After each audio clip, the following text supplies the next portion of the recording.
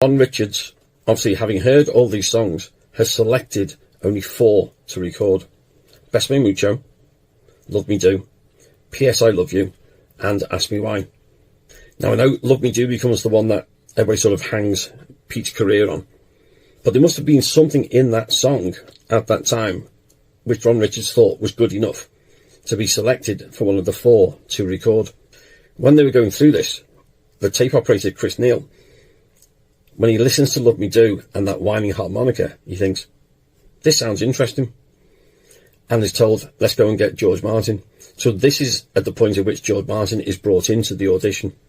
So he hadn't heard all the rest that had been going on. That wasn't his job. He wasn't worried about that. But it's that harmonica of John's that then brings George Martin to the session. But that then brings another problem, because of course Paul gets really nervous. So let's take a look at the song of Love Me Do.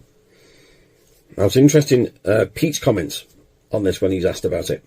And Pete Best says, you can't really compare the version they did then and what later became their first single. We've been doing it in Hamburg for the German fans, and we tried a few variations, and it went down well. It's one of those early songs they'd actually revived with a few changes. And Pete said, what you have to remember is that it was only done a couple of times for the edification of George Martin and the sound engineers, to let them know what the song was like. So let them think about it for the next time we came back and have an idea of what the arrangement was. You have to listen to it and realise it's not a finished recording, more like a glorified demo. The song changed a lot under George Martin from the way the Beatles, not me, but the group, had performed it.